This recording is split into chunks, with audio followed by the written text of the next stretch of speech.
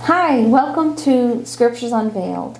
Thank you for joining us. Yeah, today we're going to talk about faith without works. Yes, and that's going to be in James 2:14 through 26. Yeah. So faith without works, that's a really big one today. It is. Within the church. It is. And so we're going to, start with verse 14. Yes. So it says, "What use is it, my brethren, if a man says he has faith, but he has no works? Can that faith save him?" And that's James 2:14. Yeah. So here we have faith in works. Yes. So last time we talked about faith, and that was being the inner persuasion of God. Yeah. To reveal in us His original thought of us from the beginning, and I'm talking beginning before the fall of Adam. So in knowing His opinion of us now, so it's like since Jesus brought things all around, like we said before. Yeah.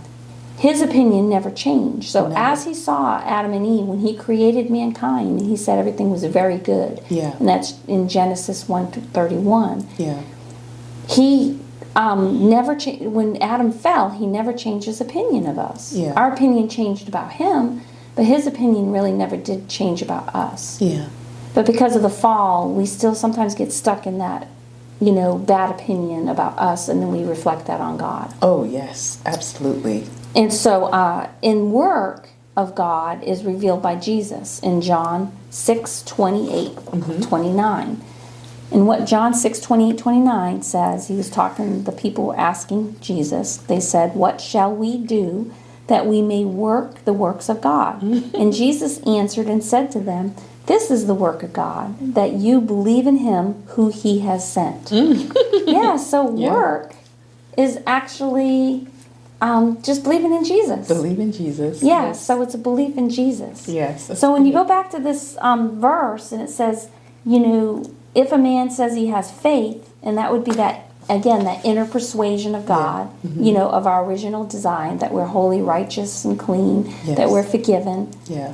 But he has no works, meaning he doesn't believe, in Jesus. Can that faith save him? And the answer would really be no. That's good. And that word save really is wholeness. It's sozo. It's that wholeness. So a person cannot know their wholeness without Christ. That's good. It's just impossible, because Jesus really is the way. And the outward is going to reveal who we are not. Yeah. And that seems to be more easily believed sometimes, because we sometimes go through the natural mind. Yeah.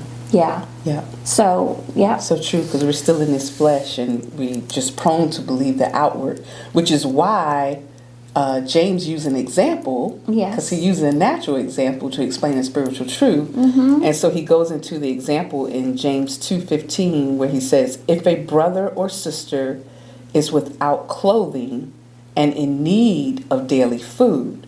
So let me pause right there. So this is a natural example. It's outward clothing, outward food. However, he was wanting to reveal a spiritual truth.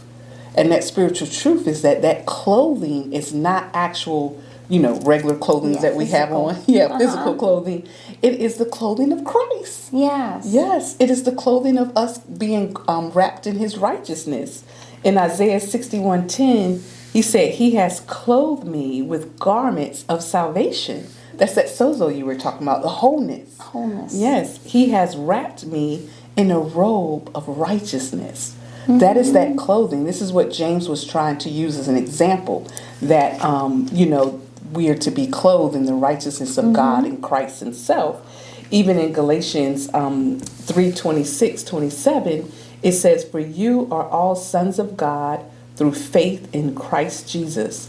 For all of you who were baptized into Christ have clothed yourself with Christ." Yes. Yes, that is that clothing. And then he said, "and in need of daily food." Once again, this food is not your regular, Yes, the unseen. It's inside. It's inward. a within. Right. Yes, Inward. an inward, not the physical, tangible food. It is the bread of life. And who's the bread of? Give us this day our daily bread. And who is that bread? It's Jesus. In John 6:35, it says, I am the bread of life. He who comes to me shall not hunger, and he who believes in me shall never thirst. This is the intangible bread, the intangible food, the intangible clothing that never runs dry, that is never imperishable, and is always fulfilling. Yes. Yes. Yeah. So, and so if we go on to verse 16, it says, and one of you says to them, go in peace, be warmed, and be filled, and yet you do not give them what is necessary for their body. What use is that? So, if you look at this really closely, it doesn't say that they didn't give him the food or the daily, the food or the clothing. True. So it looks in here like they gave him, because it says be warmed. So it looks like that would be the outward clothes. This is an outward example again. Yeah. So, but it's talking about a spiritual truth. Yes. But be filled. And so they're talking about the daily food. Yes. And yet what did they not give them? So they gave them the food, they gave them the clothing. So what didn't they give them? Exactly. And so in what they didn't give them is what's necessary for their body. And you would think it would be the food and the clothing, but no, it's because it's not talking about an outward clothing and an outward food, to sustain the body. It's talking about the inward, because body here is really the spirit. It's the essence of the inner man, the body of the. In our bodies, there is a spirit, the spirit man. Yes. And that's the essence of us. Yes. So it's talking about feeding with food and clothing that spirit man. Yes. So it's just, showing them their righteousness, their holiness. Yes. And then, of course, Jesus, being the work. Yes. And so it's revealing him. Yes. And so these just gave him the regular food, the regular clothing, and then they just said, peace be with you, and they left. And they thought they did a good job for the day. Exactly. And I remember when I was doing those type of things, because we all been there, most of us. Food, yes. Homeless feeding. That what happened was, I remember the Lord telling me that the gift, like the physical gift, is a distraction from the spiritual gift. And that when you gave one, it would cancel out the other. Yes. And so, in most of the time, because most people are naturally minded, not spiritually, minded, but naturally, outwardly, then the outward would cancel out the spiritual. So that like fish hook type thing where you put out the bait and try to hook them in, the Lord revealed to me really doesn't work. No. And what he kind of revealed to me is that if you give them the real, give them the gospel, give them Christ, without the gift, and they don't, they kind of scuff at you or whatever, they don't receive it so much, then they would never have received it with the gift. Yep. That's so good. And so, it seems like it's really the outward thing. It seems like it's something that's really like rich. Yeah. But in actuality, it's not. The richness is really the inward. The inward. So it's clothing people inwardly. Yes. It's feeding people with the inward food. Exactly. And that's the real gift. That's the substance. That's the reality. Yes. That's more real than the actual coat that you can see.